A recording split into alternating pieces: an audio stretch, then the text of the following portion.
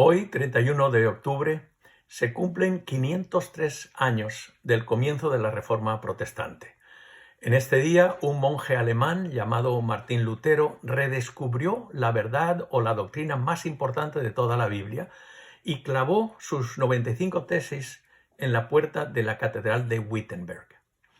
Esta doctrina que redescubrió Lutero leyendo la Epístola a los Romanos es la doctrina de la sublime gracia de Dios. ¿Qué es la gracia de Dios y por qué fue tan importante su redescubrimiento? De acuerdo a los diccionarios teológicos, la gracia de Dios es un don inmerecido que Dios da a los cristianos. Mi definición personal de la gracia es que es el amor de Dios en acción o en la práctica. Es decir, es la respuesta de Dios al problema del pecado. ¿Cómo podemos los humanos tener una relación correcta con Dios? ¿Cómo podemos estar en paz con Dios? ¿Cómo puede uno escapar de los sentimientos de culpabilidad y vacío espiritual que todos sentimos? Si hiciéramos estas tres preguntas a la gente en la calle, muchos simplemente no sabrían qué responder o se excusarían diciendo que no creen en Dios o en la religión.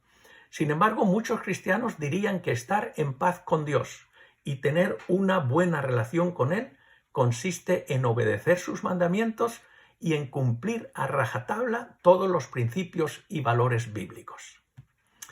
Esta respuesta, digamos, cristiana, es simplemente admitir que no hay posibilidad alguna para que ningún ser humano pueda alcanzar la paz con Dios, porque no ha habido nadie en este mundo que haya podido cumplir perfectamente la ley de Dios y todos los principios divinos.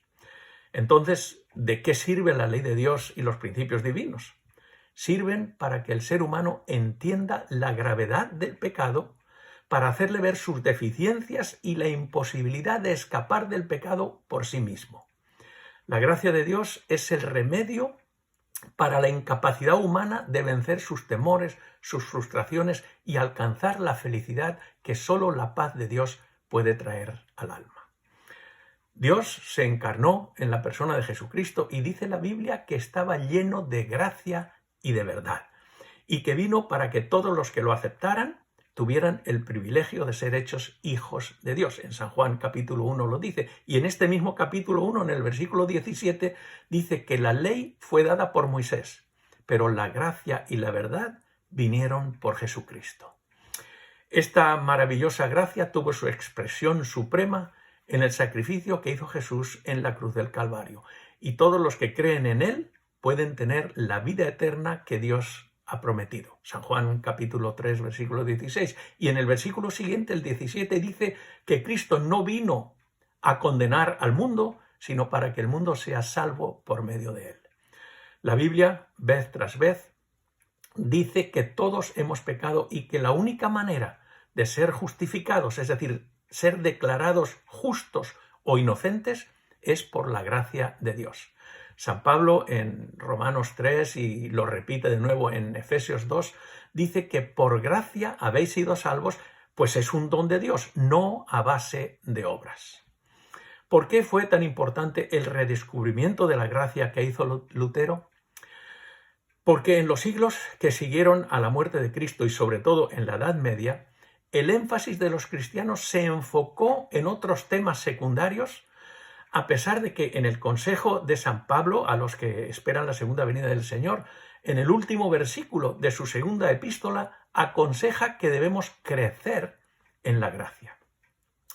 El ser humano ha sido siempre reacio a aceptar que por él mismo no puede hacer nada por su salvación y siempre ha intentado merecer el perdón y la salvación a través de ritos, indulgencias, procesiones, votos y un largo etcétera de cosas para conseguir el favor de Dios. Y aún hoy día muchos no se resignan al hecho de que no tienen que hacer nada para recibir el don de Dios gratuitamente. Siempre queremos hacer algo. Incluso salimos con preguntas como si la salvación es solo por gracia, ¿podemos hacer lo que queramos aunque vaya en contra de los principios divinos? San Pablo contesta esta preocupación diciendo que la gracia no anula para nada la validez de la ley de Dios, sino que la pone en el lugar correcto, apropiado, que son 10 promesas divinas que cuando las seguimos nos protegerán de las tendencias mundanas que solo traen sufrimiento y desgracia. En Efesios capítulo 2 nos dice que Dios ha preparado buenas obras para que los cristianos que lo han aceptado por gracia andemos en ellas.